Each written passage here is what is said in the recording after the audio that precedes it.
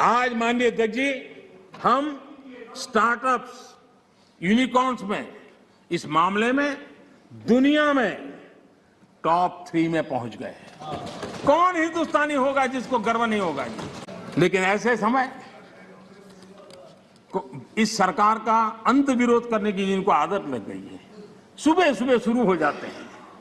और यहां मैंने देखा, हमारे अधीर रंजन जी कह रहे थे, क्या रखा है मोदी मोदी मोदी मोदी करते रहते हो, है यही कर रहे थे। हाँ, सब लोग मोदी मोदी मोदी बोल रहे हैं, आप क्यों बोल रहे हैं? सुबह होते ही शुरू हो जाते हैं। एक पल आप लोग मोदी के बिना नहीं बिता सकते। अरे मोदी तो आपकी प्राण शक्ति है।